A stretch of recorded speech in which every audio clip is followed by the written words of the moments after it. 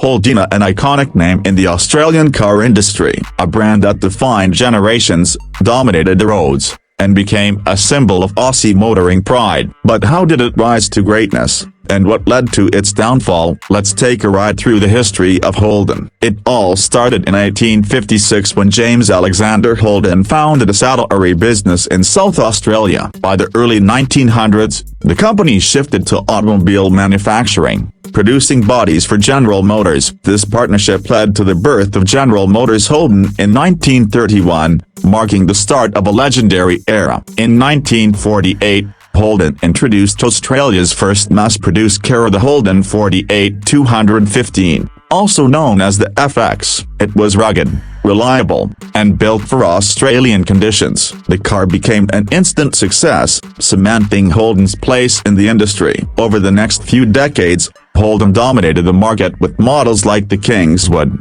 Tirana, and Commodore. The Monaro, launched in the late 60s, became a muscle car icon, competing with the best from the US and Europe. Holden wasn't just about passenger cars. It played a huge role in Australian motorsport, particularly in the Bathurst 1000. The rivalry between Holden and Ford became legendary, with the Holden Commodore and Ford Falcon battling for dominance on the track. Holden's performance division, HSV, Holden Special Vehicles, took things even further, creating high-performance versions of Commodores that became cult favorites.